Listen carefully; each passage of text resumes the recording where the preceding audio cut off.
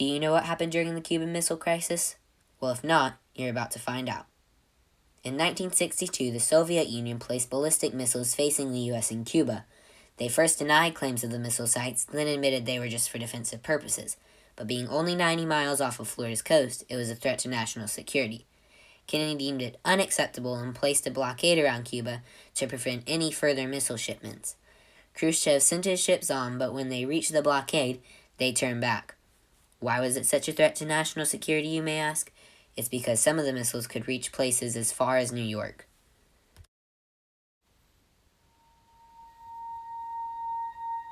The Cuban Missile Crisis brought the U.S. and the Soviet Union to the brink of nuclear war. It shows how powerful we are and how we can end everything with the push of a single button.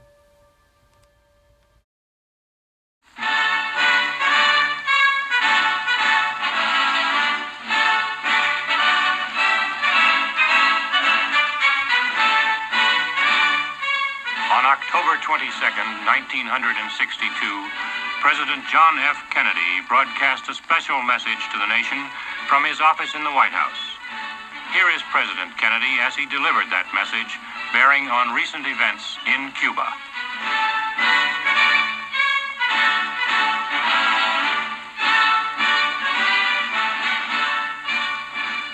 Good evening, my fellow citizens. This government, as promised, has maintained the closest surveillance of the Soviet military buildup on the island of Cuba. Within the past week, unmistakable evidence has established the fact that a series of offensive missile sites is now in preparation on that imprisoned island. The purpose of these bases can be none other than to provide a nuclear strike capability against the Western Hemisphere. Upon receiving the first preliminary hard information of this nature, last Tuesday morning at 9 a.m., I directed that our surveillance be stepped up. And having now confirmed and completed our evaluation of the evidence and our decision on a course of action, this government feels obliged to report this new crisis to you in fullest detail. The characteristic of these new missile sites indicate two distinct types of installations. Several of them include medium-range ballistic missiles capable of carrying a nuclear warhead for a distance of more than 1,000 nautical miles. Each of these missiles, in short, is capable of striking Washington, D.C., the Panama Canal, Cape Canaveral, Mexico City, or any other city in the southeastern part of the United States, in Central America, or in the Caribbean area. When I was growing up, first there was the Great Depression, and it was really a bad depression. You can't imagine. And then there was World War II, and that was really, really bad. And we hardly got through with that. Then there was the Korean conflict, and it wasn't over until the mid-50s. And then, of course, we had Castro and the revolution in Cuba and the Bay of Pigs, and then this confrontation. It just seemed like there was always something. As soon as the U.S. knew about the missiles being placed in Cuba, Kennedy put together an XCOM to deal with the situation.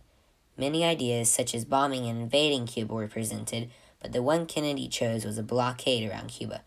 Some members of XCOM thought this action was weak, but as it turns out, it was just enough. It stopped additional missiles from reaching the island. In my interview with Patsy Thomas, she described she felt both men had enough sense to not send the missiles.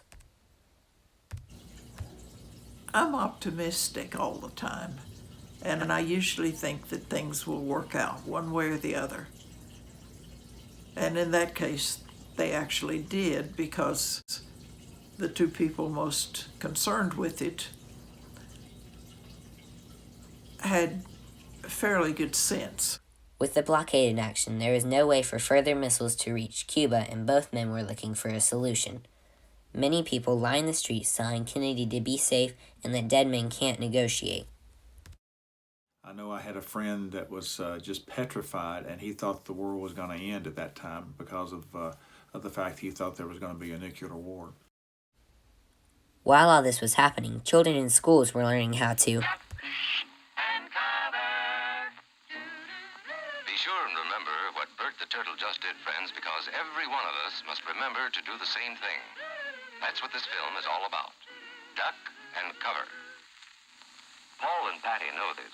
No matter where they go or what they do, they always try to remember what to do if the atom bomb explodes right then.